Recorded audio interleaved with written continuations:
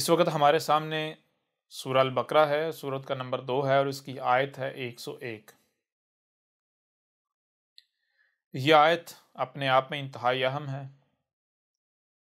और इस आयत में ऐसे राज हैं, ऐसी बात की गई है कि जो कि चौंका देने वाली है। इस आयत में दहला देने वाले राज पोशीदा हैं जो कि आज आपके ऊपर खोलकर वाज़ेह करते हैं। अगर शुरू में मोहसन बात की जाए तो वो ये है कि इस आयत में ये बताया गया कि खुद को मुसलमान कहलवाने वाले इनके आखिर में ना सिर्फ एक रसूल आएगा बल्कि यह भी बताया गया कि उस रसूल से कबल कुछ आएंगे जो कि कज़्ज़ाब होंगे। फिर इस आयत में यह भी वाज़ेह किया कि वो जो कज़्ज़ाब होंगे उनके साथ क्या रवैया अपनाया जाएगा, उनकी पहचान क्या होगी, और इसके बरक्स ये भी वाज़ेह कर दिया गया कि वो जो रब का भेजा हुआ रसूल आएगा उसकी पहचान क्या होगी और फिर उसके साथ जिनकी तरफ उसे भेजा जाएगा यानी खुद को मुसलमान कहलवाने वाले, वो उसके साथ कैसा या क्या रवैया अपनाएंगे। अब अगर हम जाहिर को देखें तो जाहिर में ऐसा कुछ आपको नजर नहीं आएगा जो बातें हमने की, लेकिन जब बातिन को देखा जाएगा तो फिर यह बात बिल्कुल खुलकर वाज़ेह हो जाएगी कि हाँ, वाक़अतन जो कहा गया है वो इस आयत में मौजूद है। यानी यहां पर एक सवाल पैदा हो सकता है, मिसाल के तौर पर अहमद ईसा साहब, आप जो है, या अहमद ईसा तुम ये जो बात कर रहे हो हमें किसी तर्जमे में नहीं मिलती, हमें किसी तफसीर में नहीं मिलती, ये तुम पहली बार कह रहे हो या ये बात बता रहे हो कि आयत में ये लिखा हुआ है। अगर आयत में ऐसा लिखा हुआ होता या ऐसा लिखा हुआ हो तो फिर आज तक किसी को नजर क्यों ना आया? आज तुम वाहिद ऐसे हो जिसे नजर आया, तुमसे पहले किसी को नजर क्यों नहीं आया? तो चीज ये है कि जितने भी एतराजात उठाए जाएं, जितने भी सवालात उठाए जाएं, तो जितने भी एतराजात उठाए जाएं, तो ऐसा नहीं है कि किसी एतराज का जवाब नहीं या किसी सवाल का जवाब नहीं, बल्कि ना सिर्फ जो कहा गया ये इस आयत में मौजूद है, बल्कि जो भी एतराज उठाया जाएगा या जो भी एतराज उठाया जाए, जो भी सवाल उठाया जाए, हर एतराज का, हर सवाल का, हर लिहाज से तसल्ली बख्श जवाब मौजूद है। मिसाल के तौर पर देखें, सबसे पहली बात यह है कि जो बात की इस आयत के अंदर एक रसूल के आने का जिक्र किया गया है, और ना सिर्फ उस रसूल के आने का जिक्र किया गया बल्कि उस रसूल के आने से पहले कुछ कज़ाब आएंगे और उनकी पहचान क्या होगी, उनके साथ क्या रवैया अपनाया जाएगा, उसका जिक्र है। फिर उसके अलावा वो जो रसूल आएगा वो कब आएगा, उसकी पहचान क्या होगी, उसके साथ क्या रवैया अपनाया जाएगा, ये भी इस आयत में मौजूद है। अब सवाल ये पैदा होता है कि अगर ये सब मौजूद है तो भाई आज तक नज़र क्यों ना आया, और आज आपको यानी अहमद ईसा को ही क्यों नजर आया, कैसे नजर आया? तो सबसे पहले आते हैं इसके ऊपर, फिर इसके बाद जो है वो आगे बढ़ते हैं, तफसील के साथ जो है वो हर पहलू से इस आयत को खोल के आपके ऊपर वाज़ेह करते हैं। देखिए, सबसे पहली बात तो ये है कि जो भी आप कुरान से मंसूब करते हैं, आप किसी तर्जमे में पढ़ें या आप तफसीर में पढ़ें या कोई भी आपको कुरान से मंसूब करके कोई भी बात बताता है, तो सबसे पहले आपको ये इल्म होना चाहिए कि क्या उसको कुरान का इल्म है, या क्या आप जानते हैं कि ये कुरान क्या है। बाकी सारी बातें अगर एक लम्हे के लिए साइड पर रखी जाए, सबसे पहले इस नुक्ते के ऊपर आ जाए, इस बात के ऊपर आ जाएं, जो आप खुद यानी जितने भी खुद को मुसलमान कहलवाने वाले हैं, हर मुसलमान ये तस्लीम करता है, ये मानता है कि ये कुरान जो है ये अल्लाह का, ये खुदा का भेजा हुआ है, ये अल्लाह का उतारा हुआ है, रब्बुल आलमीन का उतारा हुआ, हमारे खालिक मालिक का उतारा हुआ है।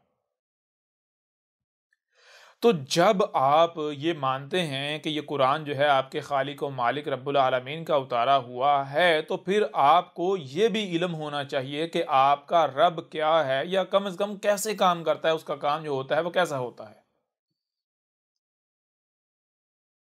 तो अल्लाह क्या है, ईश्वर क्या है, रब्बुल आलमीन क्या है, हमारा खालिक व मालिक क्या है, कैसा है, वो चलो वो बात की बात, हम उसकी तफसील में अभी फ़िलहाल नहीं जाते, लेकिन कम अज़ कम हम ऐसा करें, यानी अगर हमने ये जानना है कि हमारा खालिक व मालिक कैसे काम करता है, किस तरह काम करता है, तो हमें ऐसा करना चाहिए कि कोई ऐसा काम, कोई ऐसी शय जिसके बारे में हमें यकीन हो वो हमारे खालिक व मालिक का है, तो हम ऐसा करें, उस काम को, उस शय को सामने रखें, उसमें तहकीक करें, गौर करें। जब हम उसमें गौर करेंगे तो हमारे ऊपर वाज़ेह हो जाएगा कि भाई हमारे खालिक व मालिक के काम करने का तरीक़ाकार क्या है, उसके कवानीन क्या हैं, उसके असलूब क्या हैं, वो जो है हमारे सामने खुलकर वाज़ेह हो जाएगा। अब कुरान क्या है, कैसा है, इसको अगर जानना है, इसके बारे में जानना है, तो सबसे पहले आप ऐसा करें कि आप कोई ऐसी मखलूक लें, उसको सामने रखें जिसके बारे में आपको यकीन हो, जिसके बारे में किसी किस्म का कोई शक ना हो, जिसके बारे में कोई ये इख्तलाफ ना करे कि ये रब्बुल आलमीन की तख्लीक नहीं है, रब्बुल आलमीन का काम नहीं है। उसको सामने रखें और उसमें तहकीक करें। जब आप उसमें तहकीक करेंगे तो आपके ऊपर बिल्कुल खुलकर वाज़ेह हो जाएगा कि ये कुरान क्या है। और यहाँ अगर मिसाल के तौर पर कोई भी बंदा ये कहे जी हम तो कुरान को मानते हैं, हम इसलिए कुरान में गौर करते हैं, तो कुरान से हमें पता चल जाएगा क्या असूल हैं, क्या कवानीन हैं अल्लाह के, हमारे खालिक व मालिक के, तो ये बात जो है वो बिल्कुल गलत होगी। उसकी वजह यह है कि कुरान पर अक्सरियत का इख्तलाफ है। कुछ लोग तो मानते हैं, कुछ लोग तस्लीम करते हैं कि ये रब का, अल्लाह का, ईश्वर का, गॉड का, रब्बुल आलमीन का उतारा हुआ है, लेकिन अक्सरियत नहीं मानती। लिहाजा हमने मेयार उस चीज़ को बनाना है जिसके ऊपर सब का इत्तफाक है, जिसके बारे में कोई भी ये ना कह सके कि नहीं जी ये जो आसमान ज़मीन का क्रिएटर है ये उसका नहीं है। तो कोई भी ऐसी शय जिसमें बज़ाहिर एक बशर जो है उसका कंट्रीब्यूशन नज़र आता है, उसके बारे में इख्तलाफ पैदा हो सकता है। क्यों? कुछ जो लोग ये मानेंगे कि ये जो बशर है हमारे ही जैसा, ये असल में इंसान नहीं है हमारी तरह, बल्कि ये रब का हिस्सा है, रब का वजूद है, रब का जो है ये पार्ट है, तो फिर तो वो तो ला महला वो तो मानेंगे उसे, उसका काम, रब का काम मानेंगे, रब्बुल आलमीन का काम मानेंगे। लेकिन जो उस बशर से इख्तलाफ करेंगे या जो उस बशर को रब का भेजा हुआ या रब का वजूद नहीं मानेंगे, ला महला वो उसके काम को भी रब का काम जो है वो नहीं मानेंगे। लिहाजा हमें ऐसा करना चाहिए कि कोई ऐसी शय जिसके बारे में किसी को कोई इख्तलाफ ना हो, हर कोई जिसके ऊपर जो है वो यानी कि मुतफिक हो कि ये काम, ये शय, ये मखलूक जो है वाक़तन ये कायनात के या आसमान ज़मीन के क्रिएटर की है। तो उसके लिए मिसाल के तौर पर हम ऐसा करते हैं कि दरख्त की मिसाल ले लेते हैं, या हम पहाड़ों की मिसाल लेते हैं, हम समंदरों की मिसाल ले लेते हैं, किसी ऐसी मखलूक की हम मिसाल ले लेते हैं जिसके बारे में सबका इत्तफाक है। तो जब हम उसमें गौर करें, मिसाल के तौर पर अगर आप अपनी ही तख्लीक में गौर कर लें, जब आप अपनी तख्लीक में गौर करेंगे तो जो सबसे पहला और बुनियादी असूल आपके सामने आएगा वो ये सामने आएगा कि आपके वजूद के या दरख्त के या पहाड़ के या किसी भी मखलूक के दो पहलू हैं, उसका उसी से जोड़ा है।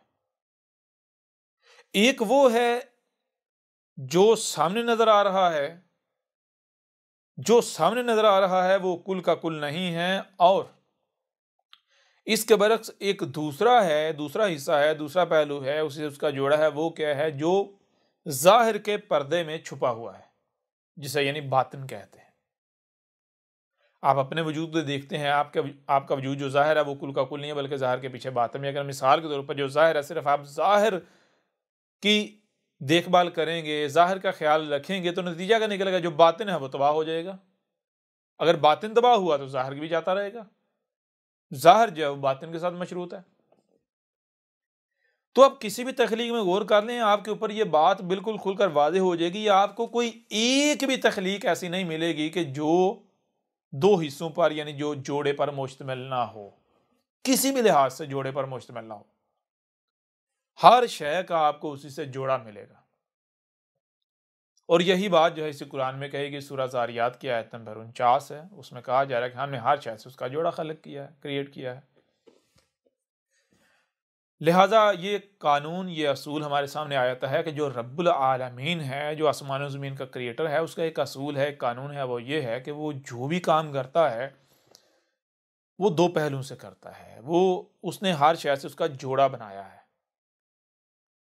और यही आज से 14 सदियां कबल मोहम्मद ने भी कहा कि जान लो तुम्हारा रब जो है वो अव्वर नहीं है। अव्वर किसे कहते हैं? अव्वर कहते हैं वन साइडेड, एक तरफा, एक ही पहलू वाला। बल्कि तुम्हारा रब क्या है? तुम्हारे रब ने हर शय से उसका जोड़ा खलक किया है, उसने दो पहलू तख्लीक किए हैं, दोनों पहलू से मुकम्मल काम करता है, परफेक्ट करता है। अब जब ये कानून, ये असूल हमारे ऊपर वाज़ेह हो गया या आपके ऊपर वाज़ेह हो गया, और फिर आप मानते हैं कि ये कुरान जो है ये रब का भेजा हुआ है, आसमान ज़मीन के क्रिएटर का उतारा हुआ है, तो फिर लामहला आपको ये बात तस्लीम करना पड़ेगी कि ये जो कुरान है इसका भी इसी से जोड़ा है।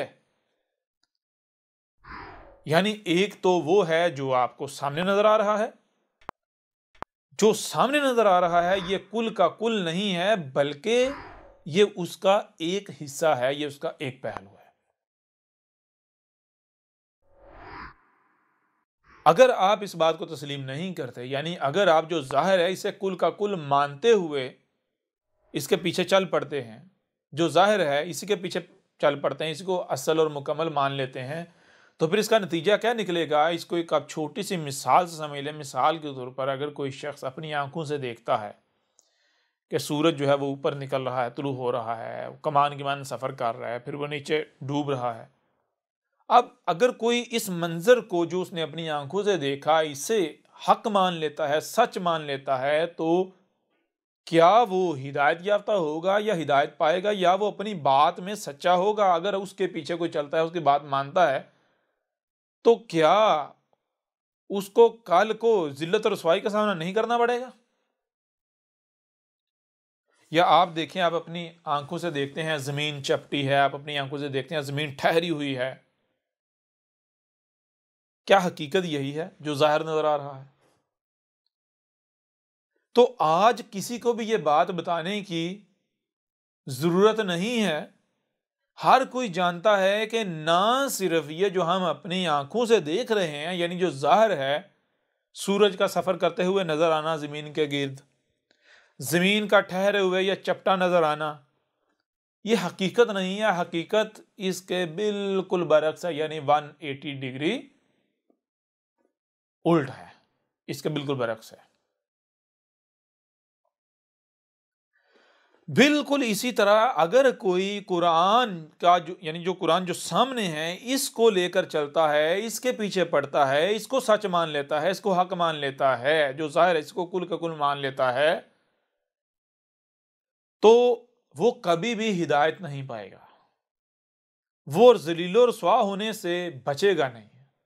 जलीलो रसवा हो जाना, रास्ते से हट जाना, गुमराहियों में जाना, ये उसके लिए तयशुदा है। क्यों? क्योंकि उसने गैब का कुफर कर दिया, गैब का इनकार कर दिया। और यही बात आप देखेंगे कि कुरान के शुरू में आपको मिलेगी कि कहा गया अल्लाह जीना युमिनूना बिल गैब, अल्लाह जीना युमिनूना बिल गैब, यानी ऐसे लोग जो कोई भी अगर बात मानते हैं तो गैब के साथ मानते हैं, बगैर गैब के नहीं।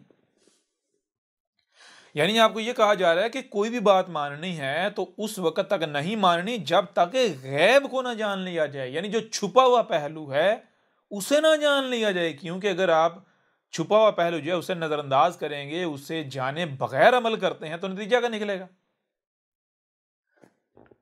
नामुकम्मल इल्म की बुनियाद पर कोई काम किया जाए या कुछ हिस्से को नजरअंदाज कर दिया जाए, कुछ को लेकर चला जाए, तो उसका नतीजा क्या निकलेगा? किसी को बताने की जरूरत नहीं है, हर एक ऊपर बिल्कुल वाज़ेह है। मिसाल के तौर पर अगर किसी के पास नामुकम्मल इल्म है, आप उसके पास कोई शय लेकर जाएंगे, सवाल ही पैदा नहीं होता। यहां तक कि मुकम्मल इल्म हो, तजर्बा ना हो, एक्सपीरियंस ना हो, उस इल्म का इस्तेमाल ना जानते, फिर भी नहीं लेकर जाएंगे। क्यों जी? मैंने अपनी शय से खराब करवानी, तबाह करवानी। यानी कि उस वक्त आप कोई भी काम कर ही नहीं सकते, परफेक्ट कर ही नहीं सकते। उस वक्त तक जो है वो अंदेशा रहेगा खराबी का, नुकस का, कजी का, कोताही का, जब तक कि आप मुकम्मल इल्म हासिल नहीं कर लेते। और मुकम्मल इल्म उस वक्त तक हासिल हो ही नहीं सकता जब तक कि मुकम्मल देख सुनना लिया जाए।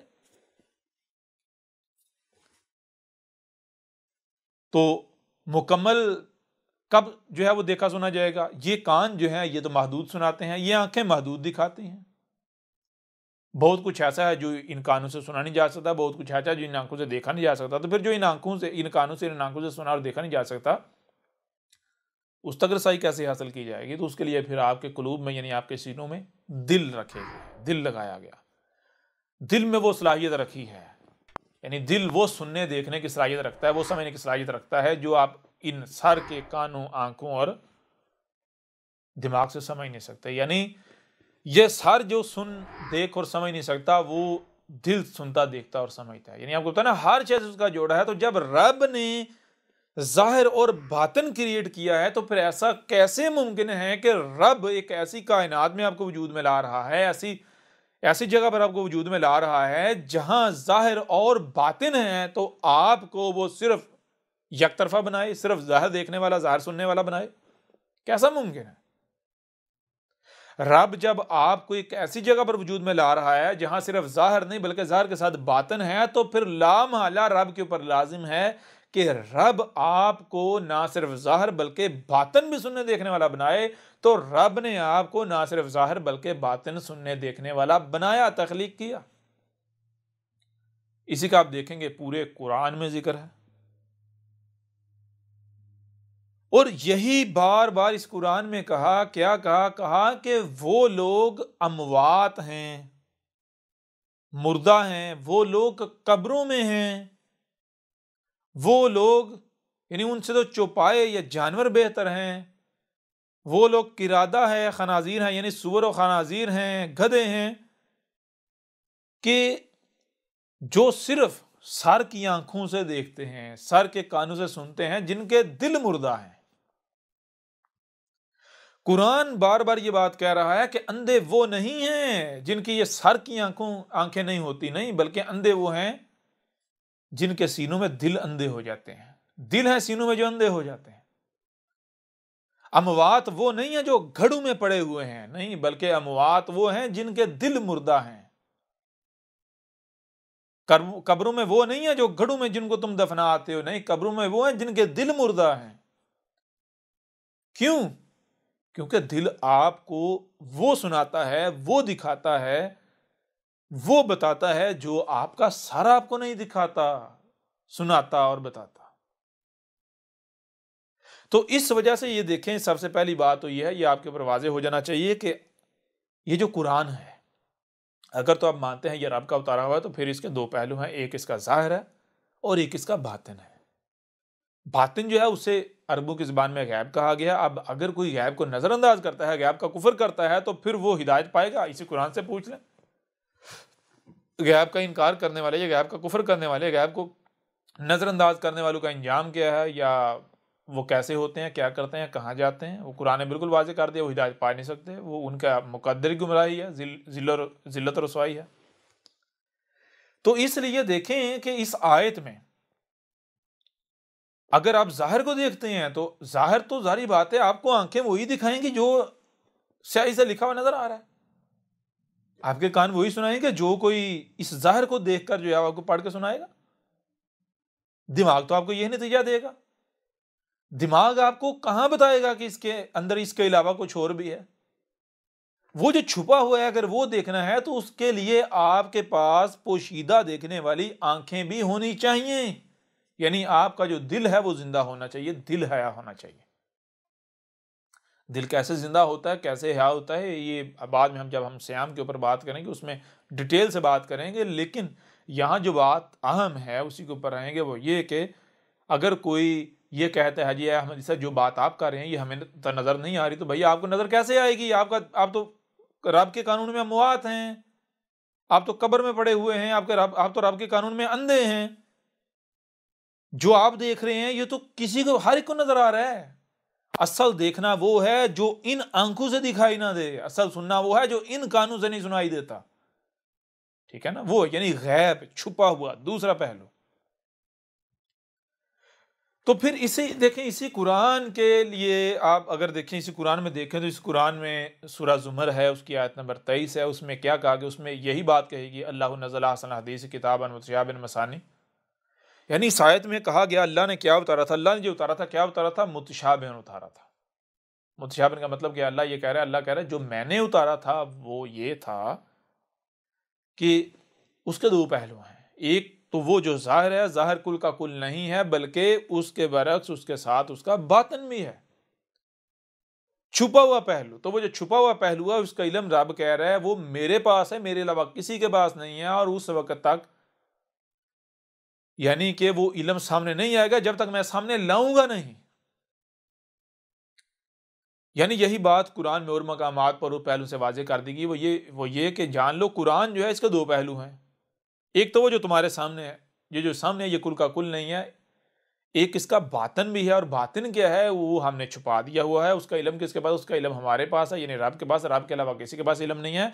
और रब उसका इल्म सामने लाएगा। कब सामने लाएगा, कैसे लाएगा? जब जैसे उसका कानून है। रब अल अजीजुल हकीम है। रब कोई भी काम करता है उसके वक़्त पर करता है, वक़्त से ना ही लम्हा भर पहले करता है, ना ही उसमें ताख़ीर करता है। तो रब ने इसी कुरान में ये बात बिल्कुल वाज़ेह कर दी कि इस कुरान में क्या है, इस कुरान में इसके नज़ूल से लेकर असात के क़याम तक की तारीख़ है तक का जिक्र है। यानी इस कुरान के नज़ूल के बाद जो कुछ भी होना था या जो कुछ भी होना है वो सब का सब जिक्र है। और फिर ये बता दिया कि वो जिक्र कैसे है, वो जो कुरान के पहले लोग गुजर चुके उनकी मसलों से है। यानी इस कुरान में उन लोगों का जिक्र नहीं किया जा रहा बल्कि उनकी मसलों से बाद वालों का जिक्र किया जा रहा है। और फिर एक और चीज़ बताई वो ये कि उस वक्त तक कोई एक भी आयत बयन होगी नहीं, वाज़ेह होगी नहीं। रब उस वक्त तक किसी आयत को बयन करेगा नहीं जब तक कि उसका मुस्तकर यानी उसका वक़्त नहीं आ जाता। लिहाजा इसलिए अगर कोई ये एतराज़ करता है जी ए अहमद ईसा इस आयत में आपको ये चीज़ें नज़र आई पहली दफ़ा, इससे पहले किसी को क्यों नहीं नज़र आया? अगर ऐसा है तो भाई जिस इसका जवाब ये है जिस आयत के बयन होने का वक़्त ही आज है, जिस आयत का मुस्तकर ही आज है, यह इससे पहले बयन कैसे हो सकती थी? जिस आयत का इल्म ही रब ने आज देना कदर में किया था, आज बयन करना कदर में किया था, तो उससे पहले अगर कोई ये दावा करता है कि भाई मैं जानता हूं इस आयत में क्या लिखा हुआ है, तो ये तो उससे सवाल बनता है कि जब कोई भी आयत उससे पहले यानी कि जब तक उसका मुस्तकर नहीं आता, उसका वक़्त नहीं आता, उससे पहले बयन नहीं हो सकती, तो तूने कैसे बयन कर ली? ये तो उससे पूछना चाहिए। तूने जो इस आयत से समझा ये कैसे ठीक हो सकता है, कैसे समझ लिया? तुझे किसने बताया? क्या तुझे अल्लाह ने बताया, रब ने बताया? क्या इस आयत के बयन होने का मुस्तकर आ चुका है, इसका वक़्त आ चुका? ये तो ऐसे लोगों से सवाल करना चाहिए कि तुमने 14 सदियों तक हमें उल्लू क्यों बनाए रखा कि जिन आयात का मुस्तकर आज 14 सदियां बाद है, तुम्हारे आबाओ अजदाद ने कैसा बयान कर लें? इस तरह ये एक नहीं बहुत सारे सवालात हैं, लेकिन यहां जो बात आपको बताई जा रही है, आपके ऊपर वाजे की जा रही है, वो बात ये वाजे की जा रही है कि अगर अहमद ईसा एक ऐसी बात कर रहा है जो आप कहते हैं जी ये बिल्कुल नहीं है, इससे पहले ना हमने सुनी ना हमारे आबाओ अजदाद ने सुनी, तो सारी बात यही तो हक होने की पहचान है। जिस आयत ने बयान ही आज होना था, जारी बात है उसके बारे में आज से पहले को बता कैसे सकता है? और जब उस आयत के बयान होने का वक्त आना था, उस वक्त जब बात की जाएगी, जब उसे बयान किया जाएगा, तो हर एक लिए नई होगी ना वो बात। यही तो हक की पहचान है। तो अब आए इस आयत की तरफ। इस आयत में देखें क्या बात की। सबसे पहला जो असूल है, कानून है वो ज़हन में रखना है, हर शख्स उसका जोड़ा है। तो ये वलम्मा जाअहुम रसूलुम मिन इंदिल्लाह, कहा जा रहा है वाह और ला का मा, जो यानी कि कहा कि वो जो जिस रसूल के भेजे जाने का हमने वादा किया, जिस रसूल की बेइज्जत का हमने वादा किया था, जाहुम इनमें इन्हीं से आ गया रसूल तो कहां से आया है? मिन इन दिल्लाही, अल्लाह के यहां से आया है। अब यहां से ये ज़हन में रखना है कि जब ये कहा जा रहा है कि अल्लाह के यहाँ से आया है, तो फिर हर शय से उसका जोड़ा है, तो इसका मतलब ये बनता है, इसका जो दूसरा पहलू है कि भाई कुछ ऐसे भी आए हैं, यानी अल्लाह ने तो वादा किया था रसूल के आने का, तो अल्लाह ने जो वादा किया था उससे फायदा उठाते हुए बहुत सारे ऐसे भी थे, या कम से कम एक ऐसा था जिसने या जिन्होंने इसका नाजायज फायदा उठाया, यानी उन्होंने रसूल होने का दावा कर दिया। वो मिन इंदिल्लाह नहीं से, यानी वो अल्लाह के यहां से नहीं थे, वो गैर अल्लाह के यहां से थे, शरीक थे, शयातीन थे, मुजरिमीन थे। यहां जो बात बताई जा रही है वो ये बताई जा रही है वलम्मा जाहुम रसूल मिन इंदिल्लाहि, यानी कि वो जो कि जिस रसूल की बेइज्जत का वादा किया गया था, जब वो रसूल आ गया तो कहां से आया? सबसे पहली बात जाहुम, इनमें इन्हीं से आया। ठीक है, जाहुम इनमें इन्हीं से आया।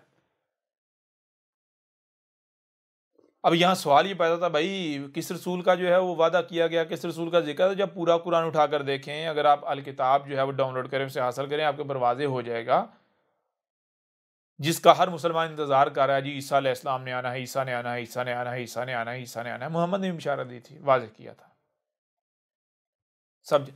अब ये क्या कहते हैं? ये कहते हैं कि वो आएगा आसमानों से। किस तरह आसमानों से आएगा जनाब? एक फिजिकली लिहाज से ऊपर आसमानों पर चढ़ के बैठा है, वो नीचे आएगा।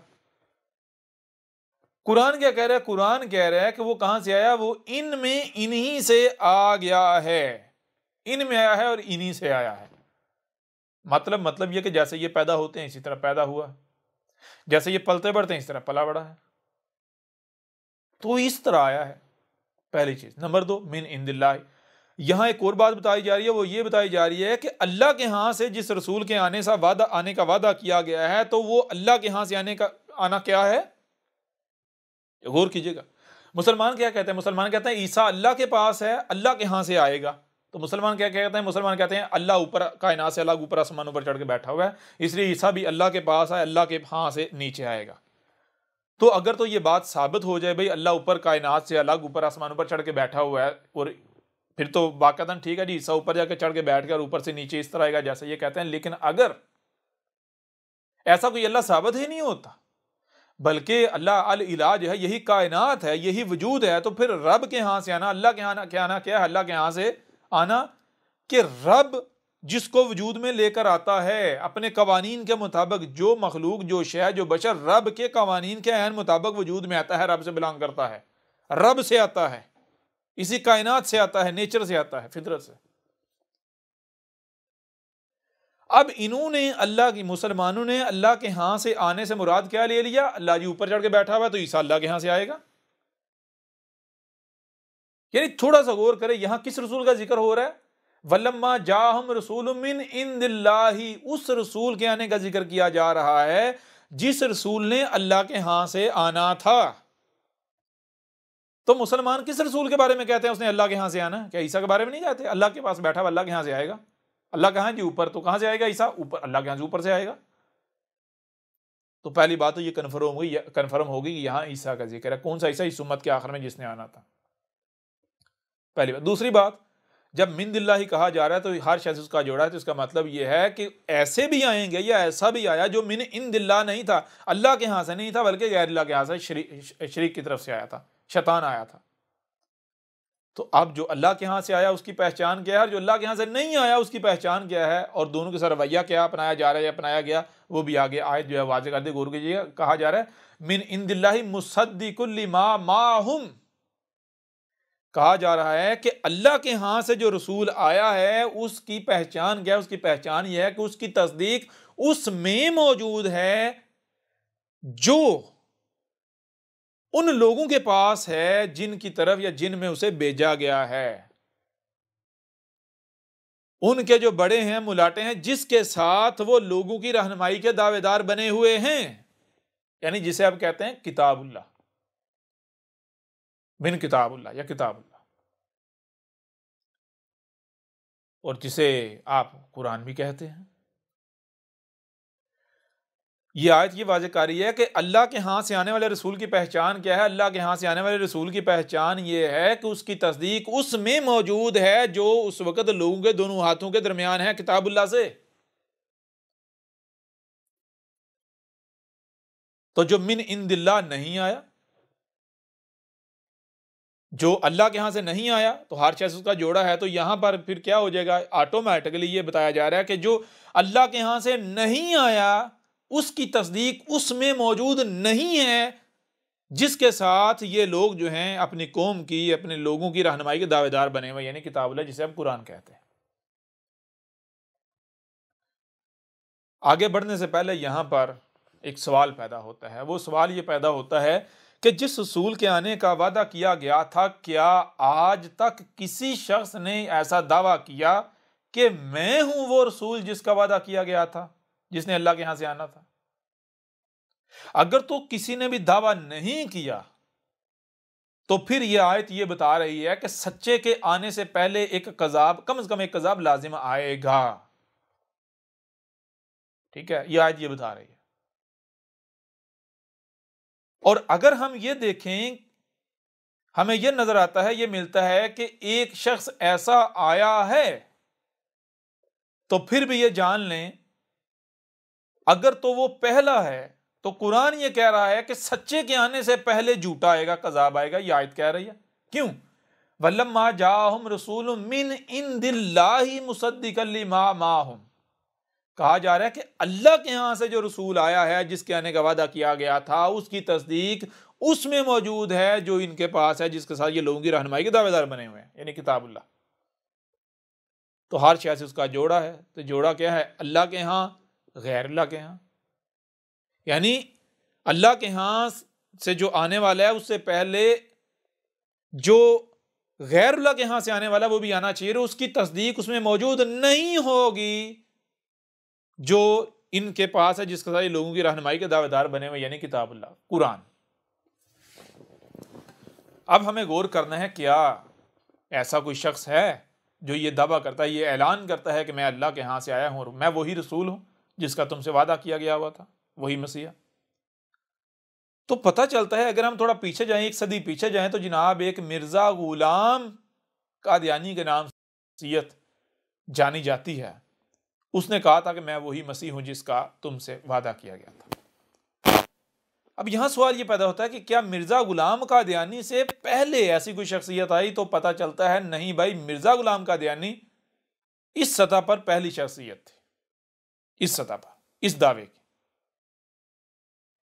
लिहाजा अगर तो मिर्जा गुलाम कादियानी इस लिहाज से, इस हवाले से, यानी कि वो पहली शख्सियत साबित हो जाती है या पहले वाले में साबित हो जाती है, तो वो तो कुरान की शायद की रूह से तो ऑटोमेटिकली कज़ाब साबित हो जाता है। लेकिन देखना यह है कि क्या सच्चा तो नहीं, यानी उसके अलावा हो सकता है औरों ने भी उससे पहले दावा किया, वो हमारे इल्म में ना हो, उससे पहले कज़ाब आ चुके हुए हों। तो चलो अगर इसको भी देखना है, यानी इसको भी देखना है कि हो सकता है हमारे इल्म में ना हो, इससे ये पहला ना हो बल्कि इससे पहले भी आ चुके हों, तो फिर दूसरी शर्त यह है, यानी उसके सच्चा होने की, अगर वो यहां पर हमें फर्क, यानी फर्क लगता है, यहां पर मसला पेश आता है उसकी पहचानने में। दूसरी पहचान ये बताई कि देखो क्या उसकी तस्दीक उसमें मौजूद है जो तुम्हारे दोनों हाथों के दरमियान मौजूद है, किताबुल्लाह से।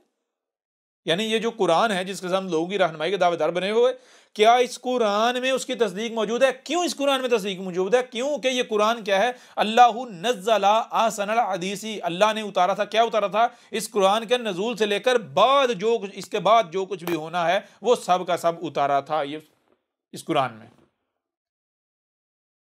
तो आज अगर कोई आता है तो उसका जिक्र कुरान में होना चाहिए, मौजूद होना चाहिए। तो अब अगर देखा जाए कुरान को उठाकर, तो पता चलता है जनाब मिर्जा गुलाम कादियानी की पूरे कुरान में कहीं भी तस्दीक मौजूद नहीं है, बल्कि कुरान उसे जो कज़्ज़ाब हैं, जो मुजरिमीन हैं, उनकी फहरिस्त में ला खड़ा करता है। और अगर किसी को शक हो तो अहमद ईसा की अल किताब उठा के देख ले, डॉक्यूमेंट्री है, उसे देख ले, शक दूर हो जाएगा। और अगर किसी को लगता है नहीं जी मिर्जा गुलाम कादियानी सच्चा था, तो फिर अहमद ईसा तो खुलकर कहता है, चैलेंज है भाई, आ जाए, ऐसे मैदान में आ जाए, पता चल जाता है कैसे सच्चा साबित करते हैं। बहरहाल अब यहां तक दो बातें। पहली बात कि एक रसूल के आने का वादा किया गया, अल्लाह के यहां से आने का वादा किया गया। फिर अगली बात, उसकी पहचान क्या होगी? पहचान यह होगी कि जब अल्लाह के यहां से आने का कहा गया तो ला महल्ला उससे पहले ऐसे भी होंगे जो अल्लाह के यहां से नहीं आएंगे, यानी गैरुल्लाह के यहां से भी आएंगे। फिर जो दूसरी बात है वो ये कि सच्चे की पहचान ये होगी कि उसकी तस्दीक उसमें मौजूद होगी जो लोगों के दोनों हाथों के दरमियान होगा, किताबुल्लाह से। और झूठे की पहचान ये होगी, कज़ाब की पहचान ये होगी कि कुरान जो है उसकी तस्दीक नहीं करेगा, कुरान में उसकी तस्दीक मौजूद नहीं होगी, बल्कि कुरान उसे कज़ाब साबित कर देगा। अच्छा, अब एक और बात है, वो आयत में आगे बढ़े, आगे क्या है, आगे बता जा रहा है नबाज़ा फरीकुम मिनल्लज़ीना ऊतुल किताबा। यहाँ एक और बात बताई, वो ये बात बताई जा रही है कि अल्लाह के यहाँ से जिस रसूल ने आना है, जिसका वादा किया गया है, वो तब आएगा जब क्या है, नबाज़ा फरीकुन, यानी कि जब खुद को मुसलमान कहलवाने वाले, जिनको अल किताब दी गई, ये जो खुद को मुसलमान कहलवाने वाले, ये फ़िरका दर फ़िरका मुख्तलिफ ग्रोहों में तकसीम हो चुके हुए होंगे और एक दूसरे के दुश्मन होंगे। यानी फ़िरका दर फ़िरका जो है ये तकसीम में पड़े हुए होंगे, तकसीम दर तकसीम हो चुके हुए होंगे, फ़िरका दर फ़िरका, और एक दूसरे की गर्दनें मार रहे होंगे, एक दूसरे के ऊपर फतवे लगा रहे होंगे, जी मैं ही हक पर हूँ, हम ही हक पर हैं, बाकी सब बातिल हैं, बाकी सब गलत हैं। जब ऐसी हालत होगी तो अब आगे बढ़ने से पहले यहां सवाल ये पैदा होता है कि क्या जब मिर्जा गुलाम कादियानी आया, क्या उस वक्त ये हालत थी? तो पता चलता है भाई बहुत सारे फिरके तो ऐसे हैं जो मिर्जा गुलाम कादियानी के बाद वजूद में आए हैं। इतनी फिरका परस्ती उस वक्त नहीं थी जितनी फिरका परस्ती गुलाम कादियानी के बाद है। हालांकि रसूल जब आता है तो क्या होता है, रसूल के आने के बाद फिरका परस्ती सब कुछ खत्म हो जाता है। अगर ये सच्चा होता तो फिरका परस्तियां सब खत्म हो जानी चाहिए थी, एक उम्मत वजूद में आ जानी चाहिए थी। यहां मामला क्या है, उसको गुजरे हुए भी सदी गुजर गई तो ना फिरका परस्तियां खत्म हुई हैं, बल्कि खत्म तो ना तो दूर की बात है, मजीद फिरका परस्तियां बढ़ गई, और जो उसको मानने के दावेदार हैं वो खुद भी फिरका दर फिरका तकसीम है। बड़ा अजीब अजीब किस्म का रसूल आया। तो यहां भी कुरान जो है उसकी तरदीद कर रहा है, उसका कज़ाब होना साबित कर रहा है। तो इसके फिर थोड़ा आगे बढ़ें तो आगे ये बताया कुरान ये बताया नबाज़ा फरीकुम मिनल्लज़ीना ऊतुल किताबा किताबिल्लाहि वराहुम वरा ज़ुहुरिहिम कान्नहुम ला यअलमून। ये बताया जा रहा है कि अल्लाह के यहां से जो रसूल आया है तो उस वक्त मामला ये है कि जिनमें भेजा गया है ये खुद को मुसलमान कहलवाने वाले, एक तो ये फिरका दर फिरका ग्रोह दर ग्रोह तकसीम है, और नंबर दो इनमें वो यहां तक कि वो गिरोह जो ये इस चीज का दावेदार हैं कि हमारे पास अल किताब है, हमारे पास किताबुल्लाह है, हमारे पास किताबुल्लाह है, यानी कि जो किताबुल्लाह के दावेदार हैं। एक तो वो है ना जो कहते नहीं हम अपने बाबू के पीछे चल रहे हैं, चलो वो तो बात समझ में आती है, जो बाबे कहेंगे जो बड़े कहेंगे उन्हीं के पीछे चलेंगे, जो अपने मुलाटों के पीछे चल रहे हैं। लेकिन ऐसे गिरोह भी मौजूद हैं जो गिरोह किताबुल्लाह के दावेदार हैं, जो कहते हैं हम तो भाई किताबुल्लाह से रहनुमाई लेते हैं, हम तो किताबुल्लाह की इताअत इत्तिबा करते हैं, हमारे लिए तो किताबुल्लाह सब कुछ है। तो जब सच्चा आया है तो बाकी रह गए, उनकी तो कोई अहमियत और हैसियत नहीं, कोई औकात नहीं अपने बड़ों के पीछे चलने में। जो किताबुल्लाह के दावेदार हैं वो भी रसूल के मुकाबले पर उनका मामला क्या है, उन्होंने किताबुल्लाह को पीछे फेंका और खुद जाहिर हो गए, अपने आप को जाहिर कर लिया, अपने आप को पेश कर रहे हैं, और ऐसे जैसे कि उन्हें बताया नहीं जा रहा, इल्म ही नहीं दिया जा रहा। यानी जब रसूल आया है तो उनको हर लिहाज से खोल खोल कर वाज़ेह इल्म दिया जा रहा है। इसके बावजूद किताबुल्लाह के दावेदार जो है उन्होंने क्या किया है, उन्होंने किताबुल्लाह को अपनी पुश्तों पीछे पीछे और खुद अपने आप को जाहिर, यानी कि कज़ाब है, दजाल है, कज़ाब है, ये है, वो है, बकवासात, गालियां, ये सब कुछ, पागल है, ज़हनी मरीज है, ये है, वो है। और ये सारा कुरान बताता है, पूरा कुरान में जगह जगह ये बातें मौजूद हैं। जब रसूल आया तो क्या कह रहे हैं पागल है, कह रहे हैं कज़ाब है, कह रहे हैं मिनल काज़िबीन है, तरह तरह के फतवे, इल्ज़ामात, गालियां, बकवासात। अब सवाल ये पैदा होता है, जब कुरान ये कह रहा है कि जब सच्चा जो आया तो सच्चे के साथ क्या किया जा रहा है, सच्चे के साथ ये किया जा रहा है, एक तो फिरका दर फिरका तकसीम है, नंबर दो उन फिरकों में से, उन ग्रोह में से वो फरीक जो अल किताब के दावेदार हैं उनका मामला ये है कि रसूल के मुकाबले पर उन्होंने किताबुल्लाह को पीछे फेंका, खुद जाहिर हो गए। हालांकि करना तो ये चाहिए भाई, अगर कज़ाब है तो किताबुल्लाह से कज़ाब साबित करें। नहीं जी, किताबुल्लाह पुश्तों के पीछे पीछे, उसकी कोई अहमियत और हैसियत नहीं, खुद सामने आ गए, किताबुल्लाह के ऊपर खुद को तरजीह दे दी। है ना हैरानगी वाली बात।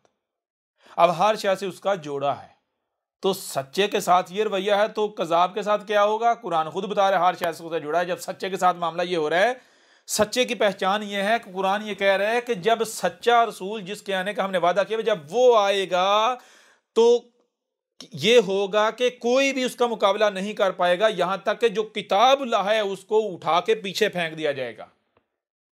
कज़ाब के साथ क्या किया जाएगा? हर शख्स उसका जोड़ा है, तो जो कज़ाब आएगा या कज़ाब आएंगे उसका रद्द करने के लिए जो अल किताब या किताबुल्लाह के दावेदार होंगे वो किताब को खोलेंगे, किताबुल्लाह को खोलेंगे, कहेंगे ये देखो इससे कज़ाब साबित होता है, फलां आयत से होता है, फलां आयत से होता है, फलां से होता है, फलां से होता है। किताबुल्लाह से उसे कज़ाब साबित करेंगे। किसको? जो झूठा होगा, जो कज़ाब होगा। सच्चे की बार ये असूल भूल जाएंगे।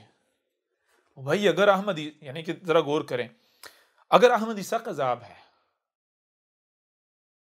तो क्या किताबुल्लाह अहमद ईसा को कज़ाब साबित करने के लिए आजिज आ गई?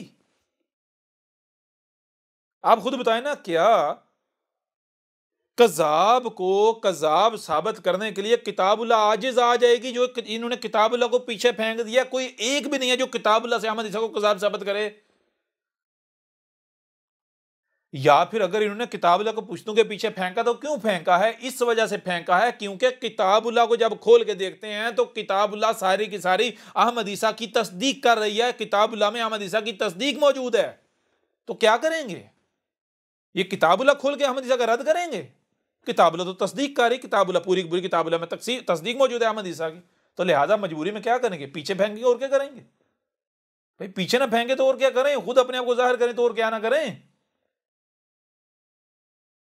मिसाल के तौर पर ये जावेद गांधी किताबुल्लाह का दावेदार, मोहम्मद शेख किताबुल्लाह का दावेदार, इस तरह जितने भी अहले कुरान हूं या तंजीम इस्लामी वाले हूं या इस तरह जितने भी कुरान के दावेदार हैं, जितने भी कुरान के दावेदार जितने भी हैं, आप सबको देख लें क्या कहते हैं। इनसे लोग पूछते हैं अहमद ईसा के बारे में, कहते हैं वो कज़ाब है, दजाल है, फलां है, डगा है। वो अगर कज़ाब है तो किताबुल्लाह से साबित करो ना, या फिर यही असूल मिर्ज़ा कादियानी के ऊपर अप्लाई करो। मिर्ज़ा गुलाम कादियानी को कज़ाब साबित करने के लिए, गलत साबित करने के लिए तुम्हारे पास आयात के अंबार लग जाते हैं, बार बार कुरान खोल लेते हो। यहां पर क्या मामला हुआ है? यहां पर क्या किताबुल्लाह आजिज आ गई? या फिर किताबुल्लाह आजिज नहीं आई, बल्कि किताबुल्लाह तो बता रही है कि ये मेरा वजूद है, इसी का तो मैं जिक्र हूं। तुम कहां जा रहे हो? तो तुम लोगों ने किताबुल्लाह को अपने जूते की नोक पर रख लिया। तो बहरहाल ये चीज है। अब बताएं जरा, नजर आता है ये? इसमें नहीं आता सब कुछ। अहमद ईसा पहले आया है या अहमद ईसा से पहले भी कोई आए हैं? क्यों? इसी कुरान में जब उठा के देखो, और बहुत सारी आयत जिनमें कहा जा रहा है, ये वाजे किया कि जान लो जब रसूल आएगा तो क्या कहा जाए? कहा जाए मिनल काजिबीन, यानी जैसे कजाब आते रहे, ये भी उन कजाबों में से कजाब है। कजाबों की तस्वीरें लगा के तो उनमें अहमद ईसा को भी परो देंगे, सच्चे रसूल के। ये किसने? कुरान में पहले से लिखा हुआ है सारा कुछ। आप बताएं जरा, इस आयत में नजर आ रहा है? ये नहीं आ रहा सब कुछ। ये आयत बता रही है वल्लम्मा जाअहुम रसूलुम मिन इंदिल्लाहि मुसद्दिकुल लिमा माहुम नबज़ फरीकुम मिनल्लज़ीना ऊतुल किताबा किताबल्लाहि वरा ज़ुहूरिहिम कान्नहुम ला यालमून।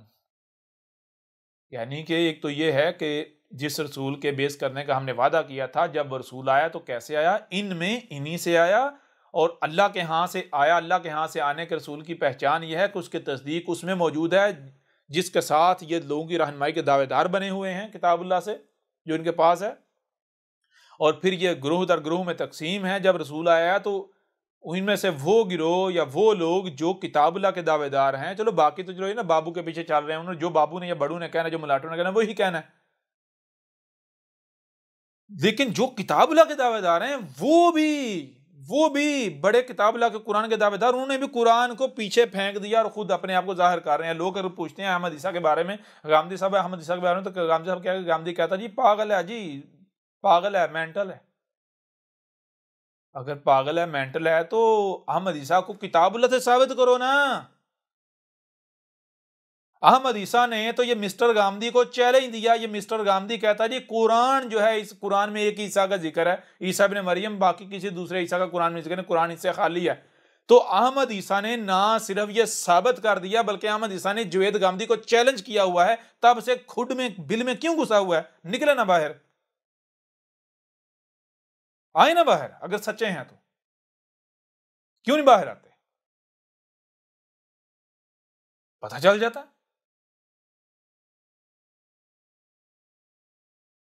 अगर ये सच्चे हैं सामने आए। कि अहमद ईसा ने हर लिहाज से दो टोक ये खोलकर वाजे नहीं कर दिया कि कुरान जो है वो आसन और हदीस या कुरान अपने नजूल से लेकर बाद तक की तारीख है, जो कुछ बाद में होना था जो आज हो रहा है इसका जिक्र कुरान में मौजूद है। नंबर एक। नंबर दो, वो जो गुज़श्ता क़ौम गुजर चुकी कुरान में उनका जिक्र नहीं, बल्कि उनको तो सलफ कर दिया, गुजरा हुआ कर दिया, ना सिर्फ सलफ बल्कि मसल कर दिया, इसलिए कुरान में उनकी मसलों से तुम्हारा जिक्र है। नंबर तीन, कोई एक भी आयत उस वक्त तक बयान हो ही नहीं सकती जब तक वो इवेंट, वो हादसा, वो वाकया हो नहीं जाता। जैसे ही कोई इवेंट, कोई हादसा, कोई वाकया होगा तो उस इवेंट, उस हादसे पर, उस वाकये पर मुश्तमिल जो मबनी आयात हैं वो बयान हो जाएंगी। वो कुरान की आयात याद दिला देंगी, ये था वो वाकया, ये था वो हादसा, ये था वो इवेंट जिसका आज से 14 सदिया कबल या फिर कुरान के नज़ूल के वक्त इन आयात या इस आयत की सूरत में जिक्र उतार दिया गया था। यूं जब तक कि कोई हादसा होगा नहीं तब तक उस हादसे पर मबनी आयत बयान हो ही नहीं सकती। इसलिए कुरान में दूसरे ईसा का जिक्र है, ये उस वक्त तक वाजे होना ही नहीं था जब तक दूसरा ईसा आ नहीं जाता। तो आज जब दूसरा ईसा आ गया है और कुरान भी तस्दीक कर रहा है, कुरान बिल्कुल कुरान से खोल खोल कर वाजे कर दिया गया है, तो कहां गए हैं बड़े बड़े गामदी वामदी? आए ना तरफ मैदान में।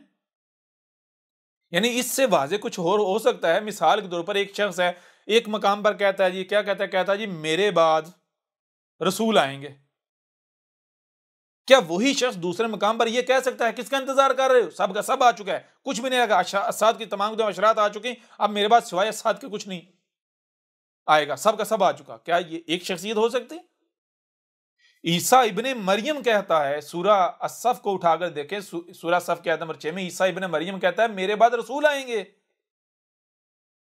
और उसके अलावा कहा कि मेरे बाद, यानी कहा कि असाद की अशरात आएंगी, आएंगी मेरे बाद आएंगी। कौन कह रहा है? ईसा इब्ने मरियम। सूरा ज़ुखरुफ में है, क्या है? ईसा कह रहा है, ईसा इब्ने मरियम ने। ईसा कौन सा ईसा? कहा कि इब्ने मरियम की मसल ईसा। इब्ने मरियम को सलफ कर दिया गया, नजर सलफ, बल्कि मसल कर दिया गया बाद वाले के लिए, इसलिए इब्ने मरियम की मसल ईसा जो है वो क्या कह रहा है? वो क्या कह रहा है? वो कह रहा है किसका इंतजार कर रहे हो? असाद की अशरात का इंतजार कर रहे हो? वो सब की सब आ चुकी, मैंने खोल खोल के रख दी। जिसमें तुम्हें इख्तलाफ में पड़े तो मैंने सब कुछ खोल खोल के रख दिया। मेरे बाद क्या आएगा? मेरे बाद सिवाय असाद के कुछ नहीं रह गया। तो क्या ये एक शख्सियत हो सकती? मिस्टर गांधी, ये नजर नहीं आया आपको?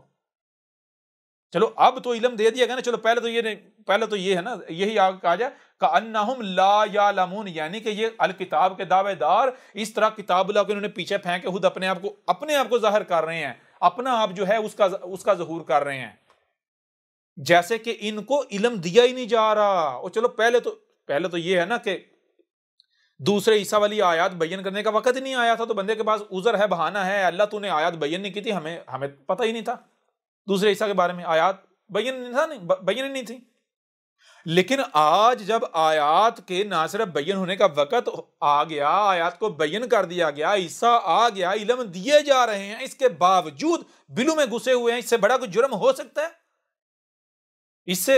इनसे बड़े कोई मुजरम और हो सकते हैं? मिस्टर गांधी, बहुत आसान है ये फतवा लगाना कि ये पागल है, अहमद ईसा पागल है, मेंटल है। मजा तब है जब अहमद ईसा को मेंटल साबित कर, अलबत्ता अहमद ईसा ने मिस्टर गांधी और मिस्टर गांधी जैसे जितने भी हैं सब के सब को कज़्ज़ाब, मक्कार, दज्जाल, फराडी साबित कर दिया, मुशरिक साबित कर दिया। अब बहरा थोड़ा इंतजार करना, आगे चल के तुम्हारे एक एक नजरिए और अकीदे के पर ना सिर्फ परखच्चे उड़ाएंगे, बल्कि तुम्हारी जो दानिशवरी है ना, दानिशवरी, उसका एक एक टांका उखाड़ेंगे हम बताएंगे ना तुझे रब का पता, ना तुझे दीन का पता, तुझे किसी चीज का नहीं पता, तू इंतहाई खुराफाती शख्स है, इंतहाई खुराफाती, किसी चीज का नहीं इल्म। तू रब्बुल आलमीन के ऊपर इतने बड़े बड़े बुहतान बांधता है, इतने बड़े बड़े बुहतान बांधता है कि शर्म आती है। ना जाने किस तरह तू जुर्रत करता है इतने बड़े बड़े बुहतान रब्बुल आलमीन के ऊपर बांधता है, जो तू किस तरह बांध लेता है। और जो रब है तू उसके साथ दुश्मनी कर रहा है, लोगों पर दुश्मनी पर उभार रहा है, और जिसका कोई वजूद नहीं उसको रब बनाकर बैठा हुआ है।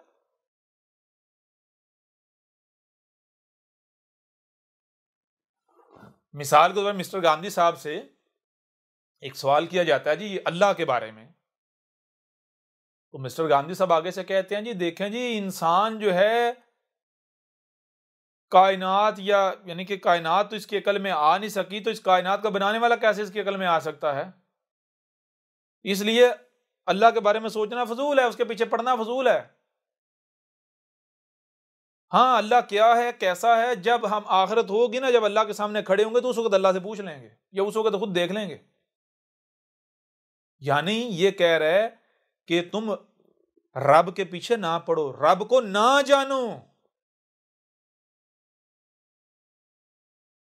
तो मिस्टर गांधी साहब से पहला सवाल ये पैदा होता है कि वो जनाब आखिरत में जब जाएंगे, अल्लाह से आमना सामना होगा, तो फिर अल्लाह से पूछ लेंगे वो क्या है, कैसा है।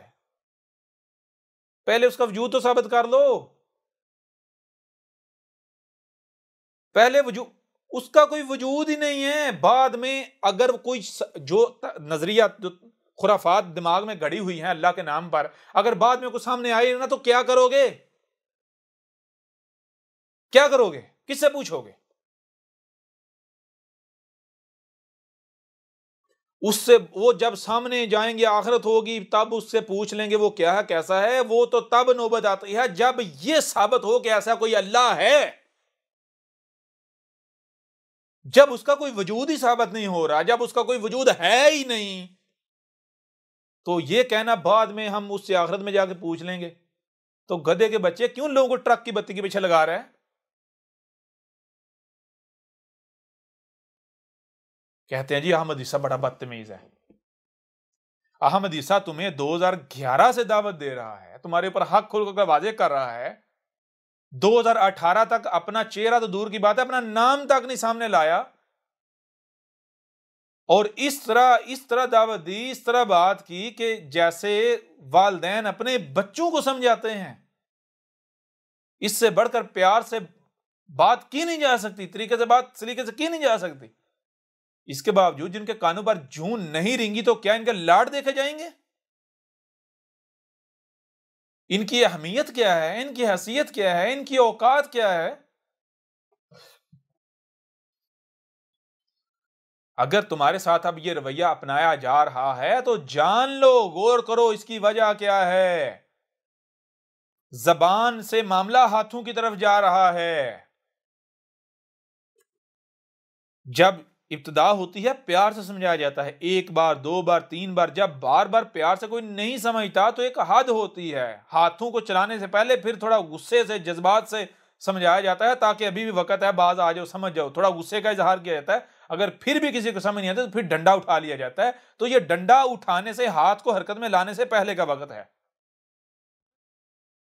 हाँ, अगर जिन्हें इस रवैये से तकलीफ होती है तो परेशान, आगे देख लो कि आगे होता क्या है, सारी समझ आ जाएगी, हर चीज समझ आ रही है। बहरहाल ये चीज है कि इस आयत में आपके ऊपर ये राज बिल्कुल खोलकर वाजे कर दिए गए। पहली बात, रब की तरफ से जो है रसूल के आने का वादा किया था। ये जो दरवाजा बंद करके बैठे हुए हैं, इनकी खत्म नबूवत भी इस आयत से इनका जो है बेड़ा गर्क हो जाता है। इनकी खत्म नबूवत नामी बुत जो है वो चाक हो जाता है, पाश पाश हो जाता है। क्यों? यहाँ कहा जाए वलम्मा जाअहुम रसूलुम, वलम्मा वाह, और लम्मा जो कि जिसका यानी वादा किया गया था, जिसके आने का, जिसकी बेसत का, जाहुम कहां से आया? वो इनमें आया, इन्हीं से आया है। रसूल रसूल मिन से इन दिल्लाही, अल्लाह के यहां से आया है। हर शख्स का जोड़ा है, तो यानी ये भी बताया जा रहा है इनमें इन्हीं से आए हैं, गैरुल्लाह से भी आए हैं उससे पहले। लेकिन आया क्या है? मुसद्दिक़ लिमा माहुम, तो जो अल्लाह के यहाँ से आया उसकी तस्दीक उसमें मौजूद है, जो इनके दोनों हाथों के दरमियान है, जिसके साथ ये लोगों की रहनुमाई के दावेदार हैं, ये मुलाटे। नबादा फरीक़ुम मिनल्लज़ीना ऊतुल किताबा किताबल्लाहि वरा ज़ुहूरिहिम कअन्नहुम ला यअलमून। तो एक तो चीज़ ये है कि उस वक्त ग्रोह फिरका ग्रोह में तकसीम है, और नंबर दो, इनमें वो फरीक, वो गिरोह जो किताबुल्लाह का दावेदार है, उसकी हालत ये है, उस तक की। बाकी तो चलो आपको बताया ना, जो अपने बड़ों के पीछे चलते हैं, अक्सरियत के पीछे चलते हैं, या कहते नहीं हम जो है वो अपने बड़ों के पीछे चलेंगे, वो तो समझ आती है जी, उनका तो किबला ही वो है, उनका तो ये कहना बनता है जो भी वो कह रहे हैं, गालियां दे रहे हैं, बकवास, क्योंकि वो अपने बड़ू अबाविदात के बजाय। लेकिन वो लोग, वो गिरोह, वो फरीक जो किताबुल्लाह के दावेदार हैं, जो किताबुल्लाह से रहनुमाई लेने के दावेदार हैं, उनका भी मामला ये है कि जब रसूल आ गया है, जो कि सच्चा रसूल जिसका वादा किया गया है, तो वो लोग जो किताबुल्लाह के दावेदार, उन्होंने किताबुल्लाह को उठा के पीछे और खुद अपने आप को जाहिर कर रहे हैं। जब लोग उस रसूल के बारे में सवाल कर रहे हैं तो आगे से ये नहीं कह रहे देखो जी हम तो किताबुल्लाह से रहनुमाई के दावेदार हैं, अगर किताबुल्लाह तस्दीक करती है तो हम मानते हैं, अगर किताबुल्लाह तस्दीक नहीं करती तो ये कौन है, हम क्या जाने। ये रवैया नहीं कि ठीक अगर लोग सवाल करते हैं तो ये कहें भाई हम देखें, हम तो किताबुल्लाह के दावेदार हैं। अगर किताबुल्लाह जो है, अगर कुरान जो है अहमद ईसा की तस्दीक करता है, उसे सच्चा कहता है, तो हमारी क्या जरूरत है हम जो है वो किताबुल्लाह के आगे अपने आप को ना झुकाएं।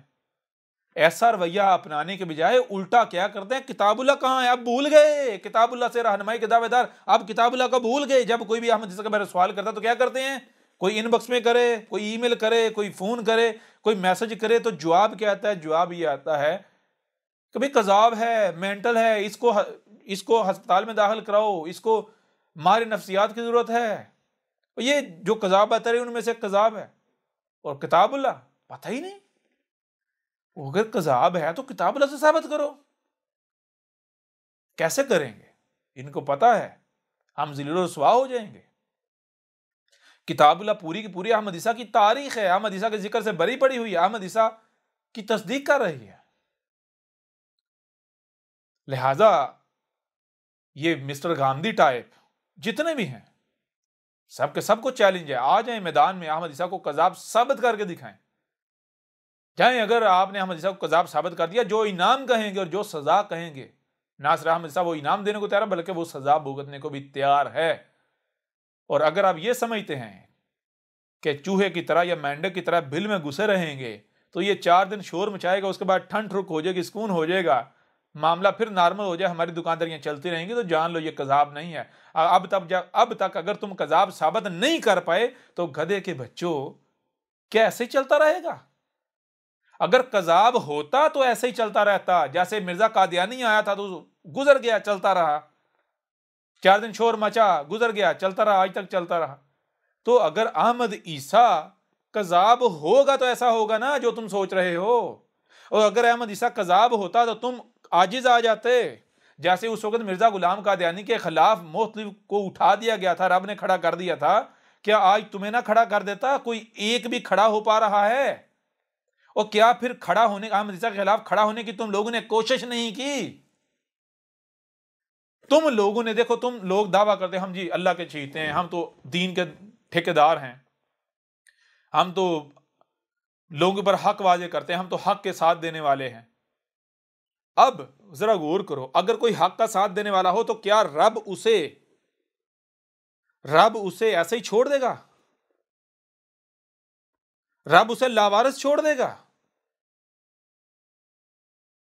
बड़ी अजीब बात है। तुम अहमद ईसा को कहते हैं ये कजाब है, बातिल है, और तुम बातिल के खिलाफ खड़े होते हो, तुम हक के दावेदार हो, तो रब को तो तुम्हें लावारिस नहीं छोड़ना चाहिए। रब को तो तुम्हारी मदद करनी चाहिए, तुम्हारी नुसरत करनी चाहिए अहमद ईसा के मुकाबले पर।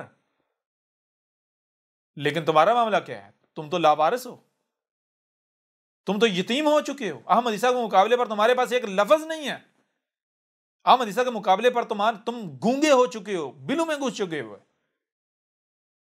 रब ने तुम्हें लावारिस छोड़ दिया, क्यों?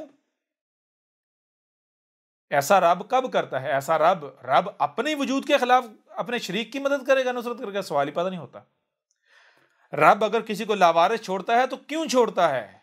जब रब के साथ दुश्मनी की जाती है, हक के खिलाफ जो खड़ा होगा वो लावारिस ही होगा, उसकी कोई बुनियाद नहीं होगी। ठीक है ना? और देख लो तुम अपने किरदार को, तुम्हारा किरदार ये वाजे कर रहा है, तुम्हारा किरदार चीख चीख कर ये वाजे कर रहा है, ऐलान कर रहा है कि ये अहमद ईसा कज़ाब नहीं है बल्कि सच्चा है, ये हक है। तो जब अहमद ईसा हक है तो तुम क्या समझती हो कि ऐसे ही चलता रहेगा? हक ला शरीक है, हक अपना शरीक बर्दाश्त नहीं करता। और ये तुम लोगों को वार्निंग दी जा रही है, मुतनबा किया जा रहा है। हक जब आज बशरी सूरत में सामने आ गया है तो हक आज अब बशरी सूरत में भी अपने शरीक बर्दाश्त नहीं करेगा। हक ला शरीक है। हाँ ये है कि हक बराह रास्त डंडे का इस्तेमाल नहीं करता, पहले मुतनबा करता है, हर लिहाज से मुतनबा करता है। जब हुज्जत कर दी जाए हर लिहाज से, किसी के पास कोई बहाना ना रहे, तब फिर हक जो है डंडे का इस्तेमाल करता है। बराह रास्त हक डंडे का इस्तेमाल इसलिए नहीं करता ताकि कल को कोई ये ना कहे, बाद में कोई ये ना कहे कि अगर हमें मुतनबा किया गया होता, अगर हमें बताया गया होता, हमारे पर वाज़े किया गया होता, तो हमारी क्या जुर्रत थी कि हम जो है वो अपने आप को हक के आगे सरेंडर ना करते, ना झुकाते, हम तो मान जाते। तो बाद में कोई ये उज़र पेश ना कर सके, ये बहाना पेश ना कर सके। हक के ऊपर ये लाजिम है, हक है ही ये कि पहले हर लिहाज से, हर पहलू से खोल खोल कर मुतनब्बा किया जाए ताकि बाद में कोई बहाना ना बना सके। और यही वजह है, ये जो तुम समझते हो कि अहमद ईसा जो है बिल्कुल कमजोर है, ये हमारा क्या बिगाड़ लेगा, क्यों ये तुम समझते हो? तुम इसलिए समझते हो कि तुम्हें बाज़ाहिर अहमद ईसा कमजोर नजर आ रहा है। ओ गधे के बच्चों, जब हक आता है तो हक है ही।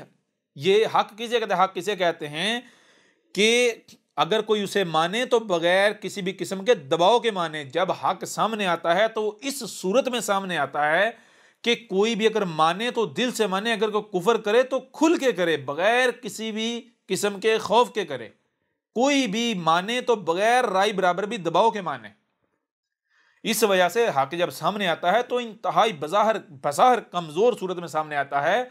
तो जो ज़ाहिर होता है ये कुल का कुल नहीं, हर शय से उसका जोड़ा है। ज़ाहिर कुल का कुल नहीं बल्कि बातन भी है। जब तुम बातन में झांकोगे फिर तुम्हें पता चलेगा, फिर नजर आएगा कि ये हमारे जैसा 5-6 फुट का बशर नहीं है, बल्कि ये रब है। ये हर तरफ रब का वजूद नजर आ रहा है। ये रब का वजूद है, ये रब की ज़बान है। इसके साथ दुश्मनी, रब के साथ दुश्मनी है। तो क्या रब के साथ दुश्मनी करके रब का मुकाबला कर पाओगे? रब को आजिज कर पाओगे? ऐसे ही चलते रहोगे? ऐसे ही निजाम, ऐसे ही सिस्टम, ऐसे तुम्हारी दुकानदारियां चलती रहेंगी? कैसे मुमकिन है? सवाल ही पैदा नहीं होता। यहां पर खुद को जो कादियानी कहलवाने वाले हैं, अहमदी, मरज़ई, जो भी कहलवाते हैं, उनके लिए भी सोचने का मकाम है कि तुम लोग भी जो अंधों की तरह वही कर रहे हो जो बाकी कर रहे हैं, तो जान लो कल को तुम्हारे पास कोई उज़र नहीं होगा, कोई बहाना नहीं होगा। आज तुम्हारे पास भी वक्त है, आंखें खोल लो, वरना जाहिर बात है तुम्हारा भी वही रिज़्क। तुम भी खबीस खाते हो, खबीस हो, तुम्हारी सोचें खबीस, फिक्र सब कुछ खबीस। कहाँ सुनोगे? कहाँ? जब तक वही लातों के भूत बातों से नहीं मानते, जब तक डंडा हरकत में नहीं आएगा, हाथ हरकत में नहीं आएंगे, तब तक कहाँ ज़बान कहाँ असर करती। बहरहाल हक हर लिहाज से आपके ऊपर खोलकर वाज़े कर दिया गया। इस आज से भी जो हकायक हैं वह आपके ऊपर खोलकर वाज़े कर दिए गए। अब जिसका जी चाहता है माने, जिसका जी चाहता है ना माने। जो सुनता है मानता है उसका अपना फ़ायदा है, जो नहीं सुनता नहीं मानता उसका अपना नुकसान है। अहमद ईसा के ऊपर सिर्फ और सिर्फ ये है कि इस हक को हर लिहाज से, हर पहलू से खोल खोल कर पहुँचा दे, जो कि अल्हम्दुलिल्लाह हर लिहाज से आसान तरीके से अपनी जिम्मेदारी को पूरा कर रहा है। लिहाजा मिलते हैं अगली नशिस्त में, तब तक के लिए आप ये क्लिप देखें। अहमद ईसा कौन है? क्या आप अहमद ईसा को जानते हैं? अहमद ईसा वो है जिसने उन बातों पर से पर्दा उठाया है जिस पर आज हर कोई इख्तलाफ कर रहा है।